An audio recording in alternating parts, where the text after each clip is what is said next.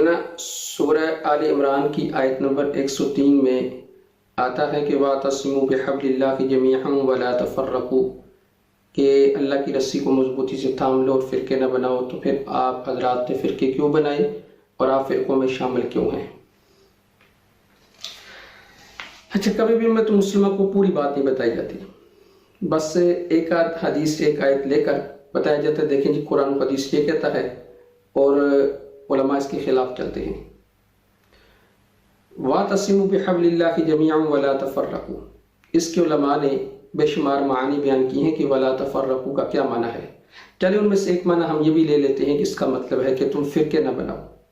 تو وَاعْتَصِمُوا بِحَبْلِ اللَّهِ جَمِيعًا اس کا مطلب ہے کہ تم اللہ کی رسی کو مضبوطی سے تھام لو. اب اللہ کی رسی کیا ہے؟ یہ تو قرآن مقدس ہے. تو پھر منکرین حدیث آپ سے یہ کہہ سکتے ہیں نا کہ اللہ تعالیٰ نے صرف قرآن کریم کو پکڑنے کا حکم دیا ہے، تو آپ حدیث مبارکہ سے استدلال کیوں کرتے ہیں؟ آپ حدیث مبارکہ کو چھوڑ دیں. تو وہاں پھر آپ دائیں بائیں جا کر باقی چیزیں تلاش کر کے ان کو ملا کر پھر جواب دیں گے. تو میں آپ کو ترتیب سے ساری بات سمجھا دیتا ہوں. سب سے پہلے تو آپ یہ سمجھیں کہ فرقہ کسے کہتے ہیں. فرقہ ایک مخصوص گروہ کو کہتے ہیں جو مخصوص خیالات اور نظریات کا حامل ہوتا ہے، اسے فرقہ کہا جاتا ہے. قرآن کریم نے بھی اس کی تعریف کی کہ فریقاً ہدی و فریقاً حق علیہم الضلالہ، ایک گروہ وہ ہدایت پر ہوگا اور ایک گروہ وہ گمراہی پر ہوگا. اب ظاہر بات ہے جو گروہ ہدایت پر ہے تو اس کے خیالات و نظریات وہ ہدایت والے ہیں، اور جو گروہ جو ہے وہ گمراہی پر ہے اس کے خیالات و نظریات جو ہیں وہ گمراہی والے ہیں. تو ایسے چند لوگ جو مخصوص خیالات و نظریات کے حامل ہوں انہیں گروہ کہا جاتا ہے، فرقہ کہا جاتا ہے. اب اس آیت کو سمجھنے کے لیے میں ایک اور آیت ساتھ میں لاؤں گا تاکہ بات آپ کو اچھی طرح سمجھ آ جائے. قرآن کہتا ہے کہ وَاعْتَصِمُوا بِحَبْلِ اللَّهِ جَمِيعًا وَلَا تَفَرَّقُوا، کہ تم اللہ کی رسی کو مضبوطی سے تھام لو اور فرقے نہ بناؤ. ایک اور مقام پر قرآن کریم کہتا ہے کہ وَلَا تَقْرَبُوا الزِّنَا، تم زنا کے قریب نہ جاؤ.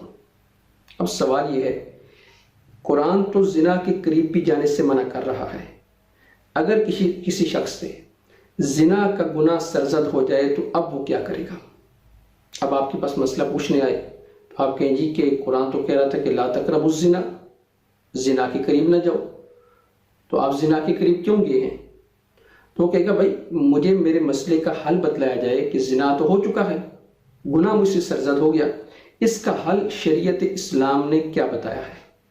اب شریعت اسلام نے اس کا حل یہ بتایا کہ الزانیۃ والزانی فجلدوا کل واحد منہما مئۃ جلدہ، اگر کنوارے ہوں تو پھر تو ان کو 80 کوڑے لگائے جائیں، اور اگر وہ شادی شدہ ہوں تو پھر سنت رسول کی طرف آپ چلے جائیں تو وہاں کہا جاتا ہے اس کو سنسار کیا جائے گا، یعنی رجم کیا جائے گا.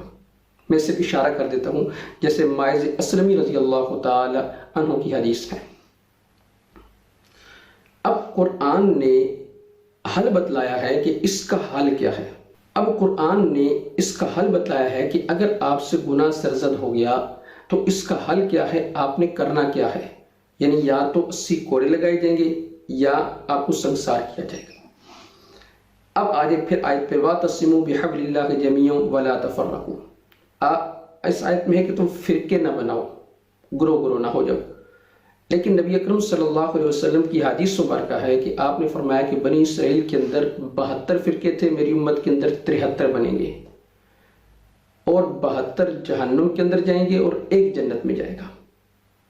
اب آیت تو کہتی ہے فرقے نہ بناؤ، نبی اکرم صلی اللہ علیہ وسلم پر یہ آیت نازل ہوئی، آپ خود ہی ارشاد فرما رہے ہیں کہ بھئی فرقے بنیں گے.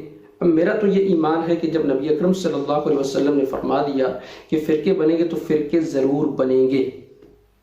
اب ہم نے شریعت اسلام سے پوچھنا ہے کہ جیسے آپ نے زنا کا حل بتایا ہے تو یہاں بھی آپ حل بتائیں کہ اب اس کا حل کیا ہے. فرقے بن کے تو ہم کہاں جائیں گے؟ اب اس کا حل نبی اکرم صلی اللہ علیہ وسلم نے بیان فرمایا، ما انا علیہ و اصحابی، میں اور میرے صحابہ جس راستے پر ہوں گے ان کے پیچھے چلنے والے وہ نجات پا جائیں گے. فرمایا 72 فرقے 72 گروہ جہنم کے اندر جائیں گے، ایک جنت میں جائے گا.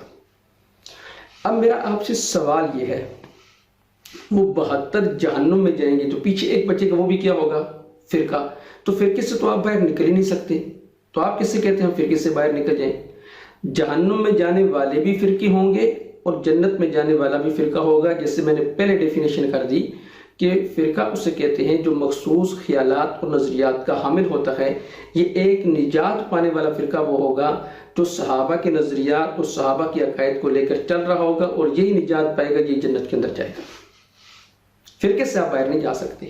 اور ایک جگہ آپ صلی اللہ علیہ وسلم نے یہ بھی ارشاد فرمایا کلھا فی النار الا واحدہ، سارے جہنم میں جائیں گے سوائے ایک کے، اور فرمایا وہی جماعت، اور وہ جماعت ہوگی۔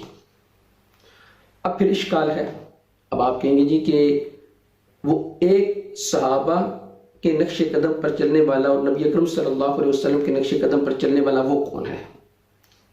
حنفی کہتے ہم ہیں، حنابلہ کہتے ہم ہیں، شوافی کہتے ہم ہیں، مالکی کہتے ہم ہیں۔ اب ان میں سے کون سا جائے گا جو صحابہ کے اور نبی اکرم صلی اللہ علیہ وسلم کے نقش قدم پر چلنے والا ہوگا؟ اب یہاں میں اس بات کو مزید کھولتا ہوں۔ دو چیزیں ہیں، ایک ہے عقائد، ایک ہے مسائل۔ نجات کا دار و مدار جو ہے نا وہ عقائد پر ہے، مسائل پر نہیں۔ جس کے عقائد صحیح ہوں گے وہ جنت میں جائے گا۔ اچھا، پھر عقائد میں سے بھی دو چیزیں ہیں، ایک ہے عقائد اسلام، ایک ہے عقائد اہل سنت والجماعت۔ ان دونوں کی تقسیم یوں کی جاتی ہے کہ ضروریات دین اور ضروریات اہل سنت والجماعت۔ اب ضروریات دین یعنی عقائد اسلام کیا ہے؟ عقائد اسلام یہ ہے کہ آپ اللہ پر ایمان لے کر آئیں، فرشتوں پر ایمان لے کر آئیں، کتابوں پر ایمان لے کر آئیں، رسولوں پر ایمان لے کر آئیں، مرنے کے بعد اٹھائے جانے پر ایمان لے کر آئیں، اچھی بری تقدیر پر ایمان لے کر آئیں، جس سے آپ یہ کہتے ہیں کہ آمنت باللہ وملائکتہ وکتبہ ورسلہ والیوم الآخر والقدر خیرہ وشرہ من اللہ تعالی والبعث بعد الموت۔ جسے حدیث جبریل میں نبی اکرم صلی اللہ علیہ وسلم سے پوچھا گیا کہ اخبرنی عن الایمان، آپ مجھے ایمان کے بارے میں بتلائیں کہ ایمان کیا ہے۔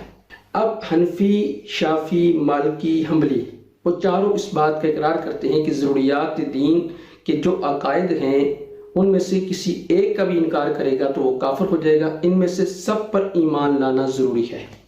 پھر یہ عقائد اہل سنت کہاں سے بن گئے؟ دیکھیں، اس کے بعد جب دور جیسے نبی اکرم صلی اللہ علیہ وسلم کے زمانے سے دور ہوتا گیا تو کچھ چیزیں ایسی تھی جو قرآن و حدیث سے مسلمہ ثابت تھی۔ اب کچھ لوگوں نے الگ سے خیالات و نظریات بنا کر ان ثابت شدہ چیزوں کو مسخ کرنے کی کوشش کی۔ مثال کے طور پہ کرامات اولیاء کا انکار کیا، حیات انبیاء کا انکار کیا، عذاب قبر کا انکار کیا۔ تو اہل سنت والجماعت نے یہ عقائد محفوظ کرنے شروع کیے کہ بھائی یہ چیزیں بھی عقائد کے اندر شامل ہیں۔ عذاب قبر کا انکار جس نے کیا وہ اہل سنت سے خارج ہو گیا، کرامات کا جس نے انکار کیا وہ اہل سنت والجماعت سے خارج ہو گیا، حیات انبیاء کا جس نے انکار کیا وہ اہل سنت والجماعت سے خارج ہو گیا۔ تو انہوں نے کہا جی کہ آپ نے اسلام کے اندر بھی رہنا ہے اور اس ناجی گروہ اہل سنت والجماعت کے اندر بھی رہنا ہے۔ آپ نے اس عقائد اسلام کا بھی اقرار کرنا ہے، اور یہ جو عقائد ہیں حیات انبیاء، عذاب قبر، کرامات اولیاء، ان کا بھی اقرار کرنا ہے۔ اب تقسیم یہ کر دی کہ اگر ضروریات دین یعنی عقائد اسلام میں سے کسی کا انکار کرے گا تو کافر ہو جائے گا، اور اگر وہ ضروریات اہل سنت والجماعت یعنی عقائد اہل سنت والجماعت میں سے کسی کا انکار کرے گا تو کافر تو نہیں ہوگا لیکن گمراہ ہو جائے گا۔ اسی لیے علماء یہ کفر کا فتویٰ، معتزلہ جو ہے ان پر بھی کفر کا فتویٰ آج تک نہیں دیا کہ معتزلہ کافر ہیں۔ کافر نہیں کہتے، لوگ کہتے ہیں جو علماء کافر بناتے ہیں، علماء کافر نہیں بناتے، علماء کفر بتلاتے ہیں۔ اب مثال کے طور پر کافر اللہ تعالیٰ کے ساتھ شریک کرتے ہیں تو کیا مطلب مسلمانوں نے یا علماء نے ان کو کافر بنایا ہے؟ نہیں، علماء نے ان کا کفر بتلایا ہے کہ آپ اللہ کے ساتھ شریک کرنے کی وجہ سے آپ کافر ہو چکے ہیں۔ وہ نبی اکرم صلی اللہ علیہ وسلم کا انکار کرتے ہیں تو علماء نے بتایا کہ آپ نبی اکرم صلی اللہ علیہ وسلم کا انکار کرنے کی وجہ سے کافر ہو چکے ہیں۔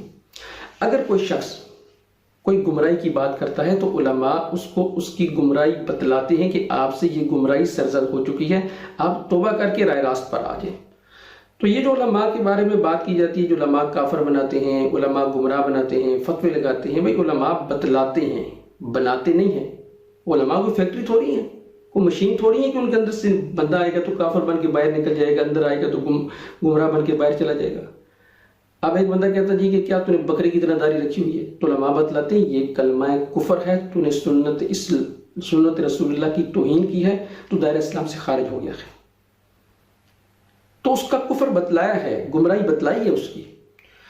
تو میں عرض یہ کر رہا تھا کہ عقائد اہل سنت اور عقائد اسلام، اس کی آپ مثال یوں سمجھ لیں کہ عقائد اہل سنت کی مثال یہ کہ ایک سیدھا روڈ ہے، مثال کے طور پہ راولپنڈی سے روڈ جاتا ہے لاہور، جی ٹی روڈ، ایک گاڑی چلتی ہے پنڈی سے اور جی ٹی روڈ سے سیدھا وہ جا کے لاہور پہنچتی ہے، یہ سیدھا پہنچ جائے گی۔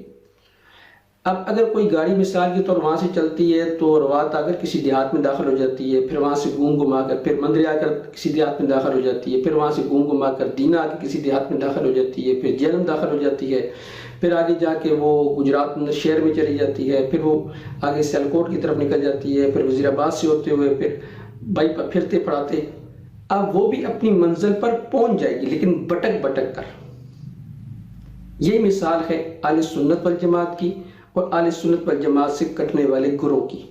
اہل سنت سے والجماعت سے کٹنے والے گروہ وہ کافر تو نہیں ہوئے جب تک ان سے کلمہ کفر سرزد نہ ہو جائے، وہ گمراہ ضرور ہیں، گمراہ ہونے کی وجہ سے وہ منزل مقصود تک پہنچیں گے، یعنی جنت تک پہنچیں گے، لیکن بٹک بٹک کر پہنچیں گے۔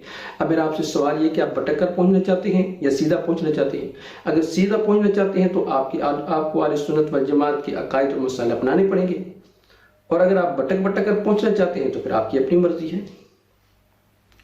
اس کی مثال حدیث سے دیتا ہوں میں۔ حدیث میں آتا ہے کہ نبی اکرم صلی اللہ علیہ وسلم نے خط کھینچا سیدھا، پھر اس کے دائیں بائیں خط کھینچے، آپ نے فرمایا کہ یہ سیدھا راستہ میرا ہے، یہ دائیں بائیں شیطان کے راستے ہیں۔ تو یہ سمپل سادہ سی مثال ہے۔ تو عرض کرنے کا مطلب یہ ہے کہ آپ نے فرمایا میری امت میں 73 فرقے بنیں گے، پہلے 72 تھے، 72 جہنم کے اندر جائیں گے اور ایک جنت کے اندر جائے گا۔ اور یہ بھی ذہن کے اندر رکھیں کہ وہ ایک جنت میں جانے والا وہ بھی فرقہ ہوگا، فرقے سے الگ نہیں ہوگا، فرقہ ہوگا، وہی جنت میں جائے گا، لیکن کون سا جائے گا؟ فرمایا ما انا علیہ و اصحابی والا، وہ جنت میں جائے گا۔